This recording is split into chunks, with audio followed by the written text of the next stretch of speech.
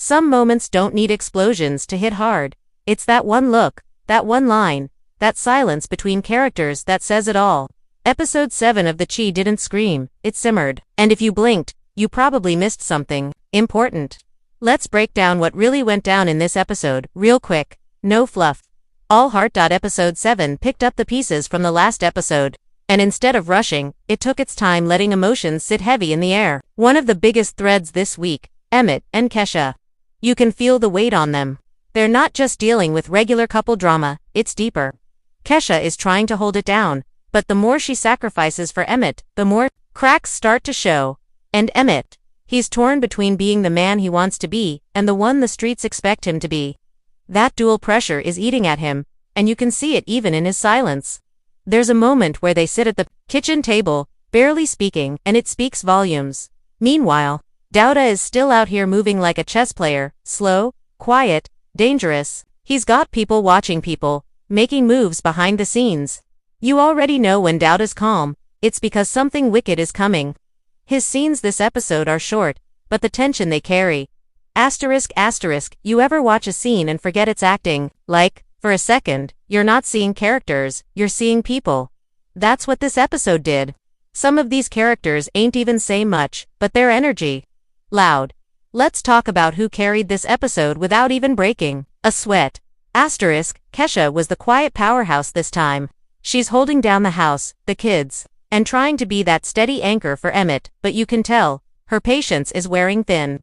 There's this look she gives him at one point, like she's wondering if this is the life she signed up for. She's not yelling, not throwing things, but you can feel her screaming inside. It's raw.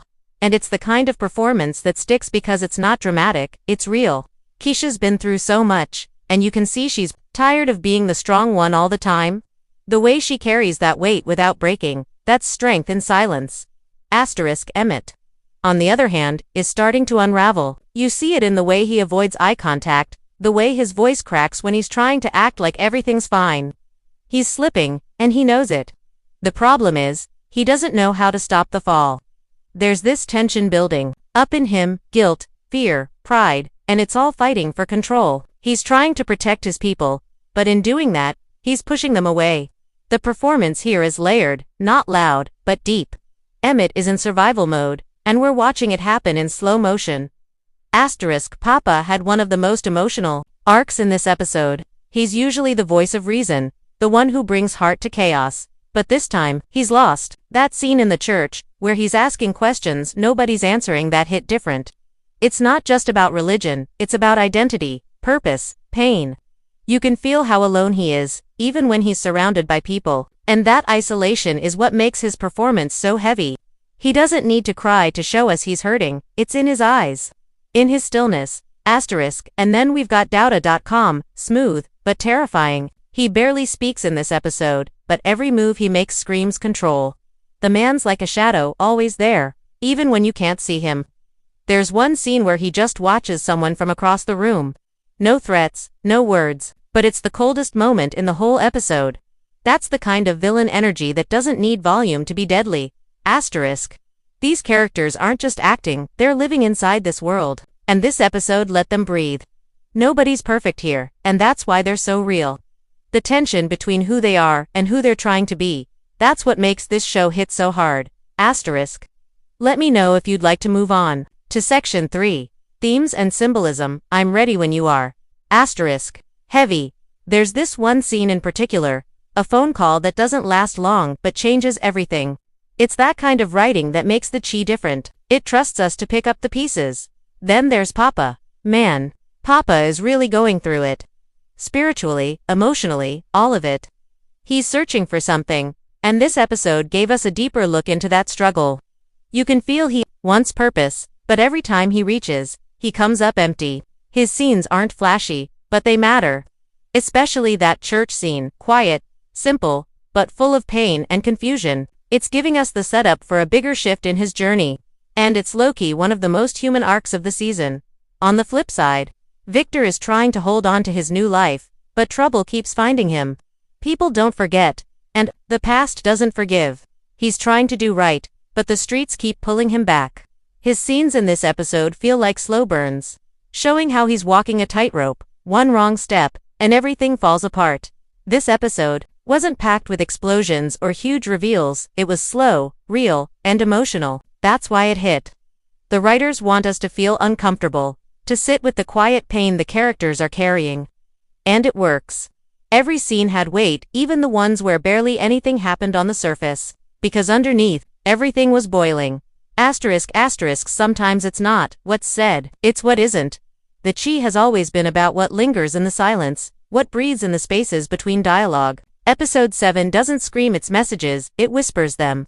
And if you're not paying attention, you'll miss the bigger story happening beneath the surface. This episode wasn't just about what characters did. It was about what the writers were trying to say about life in the city, about Black identity, power, survival, and the emotional toll of silence. Asterisk, let's start with the theme of emotional inheritance. The trauma passed down like it's family tradition. You can see this in Emmett's behavior. He's carrying not just his own weight, but the expectations of what it means to be a man. Provide, protect, never fold. But what happens when all of that becomes too much? The show doesn't need to say it directly, it shows us. In the way Emmett isolates himself, the way Kiesha becomes both his partner and his therapist. It's the quiet struggle of breaking generational patterns while still being trapped in them. Asterisk, then there's Faith, vs. frustration. Seen through Papa, his storyline has slowly become one of the most important of the season, not for the plot, but for the soul. That scene in the church isn't just about religion. It's about a young Black man looking for guidance in a world that keeps failing him. The silence in that church. That wasn't just lack of sound, that was absence of comfort, of clarity, of God, maybe. It's deep without preaching. The Chi lets that moment sit, and we're forced to sit with it too. Asterisk, and let's talk about power and presence, especially with Douda. He's not just a man, he's a symbol of how violence can be silent, of how control doesn't always look loud or messy. The way he moves this episode. Composed, it's a reminder that power doesn't need to be shouted. His stillness is louder than any gunshots. He represents the kind of threat that doesn't just take lives, but takes peace. His scenes remind us that evil doesn't always look like chaos. Sometimes, it looks like order with a smile. Asterisk, another layer. Home as battlefield. From Kiesha and Emmett's home to Victor's public image, the personal spaces are under siege. The kitchen table, the church, the living room, places that should feel safe now, feel heavy. The show is saying something loud here, that the real war isn't just in the streets, it's inside. Inside the mind, inside the house, inside the heart. Asterisk, the Chi doesn't spell things out. It trusts the viewer to feel it. That's what makes it more than a show, it's a mirror. And in this episode, that mirror reflects back pain, pressure, and quiet power that hits harder than any speech. Asterisk, asterisk. You ever finish an episode and just sit there, like, damn, that was good, but was it perfect? That's what episode 7 felt like. Not a bad meal, but you might push the plate back thinking, yo, one more bite, and this would have been fire.